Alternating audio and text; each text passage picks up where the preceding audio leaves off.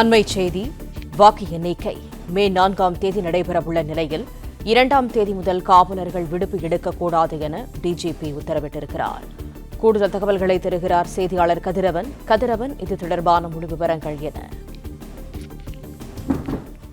தமிழக சட்டமன்ற தேர்தல் முடிவுற்று வருகின்ற 4ஆம் தேதி அன்று வாக்கு எண்ணிக்கையானது நடைபெற இருக்கிறது.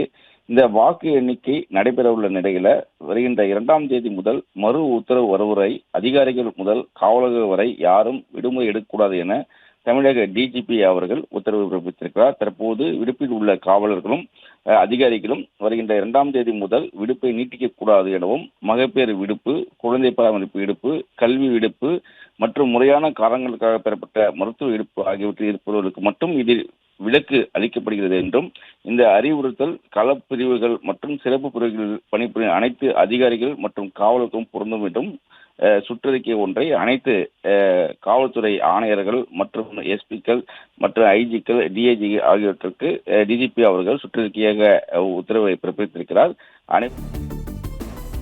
பிளே ஸ்டோர் மற்றும் ஆப் ஸ்டோரில் இருந்து பாலிமர் செயலியை QR கோடு மூலம் பதிவிறக்கம் செய்யுங்கள். செய்திகளை உடனுக்குடன் பெறுங்கள்.